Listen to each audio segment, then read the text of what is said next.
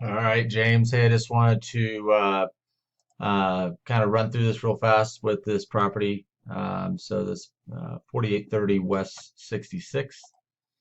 Um, Here's the data on it. Looks like they bought it for 300,000 back in 2017. Total square footage 2,300 square foot. The comps that I'm seeing are really these two. This is a great ARV comp right here at what is that, 680.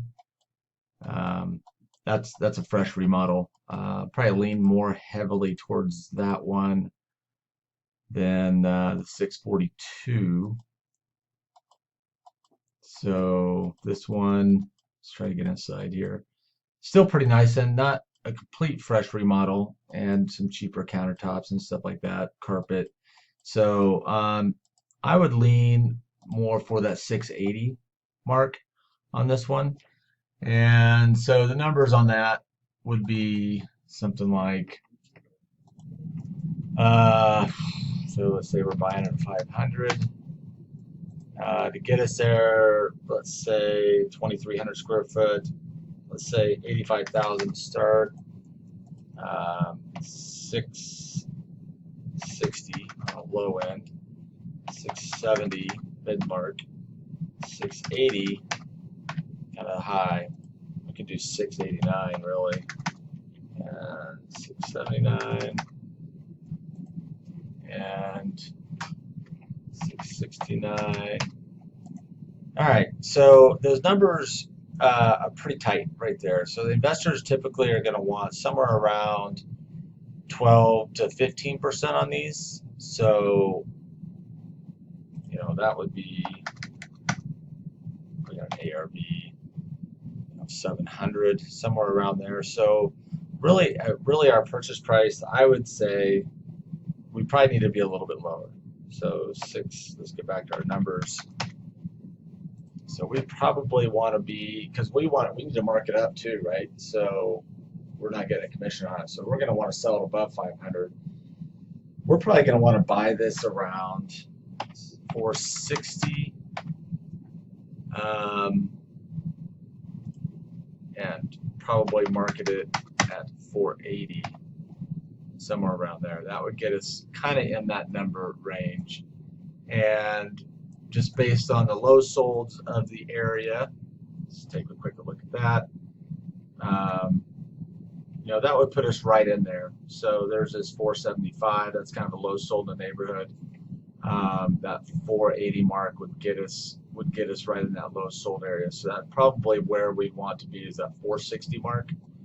I don't know how much you are looking to make on your wholesale deals. I'm usually somewhere around 15 to 25,000 on my wholesale deals. So on this one, I would say we probably want to try to make about 20, which is what we had split that.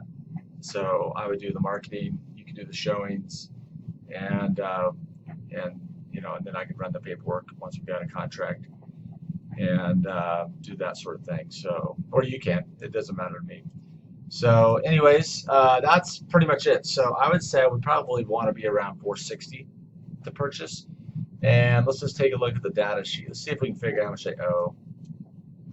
So that kind of puts us right in that range of where this is actually not a bad estimator. So we kind of want to be in this range here. So if we bought it at 460, we'd be doing pretty decent.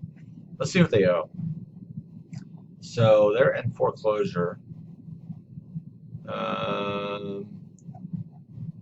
Far as I can tell,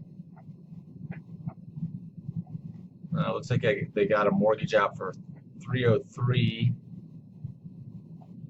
I am not seeing a second. This might be their second here for 15,000.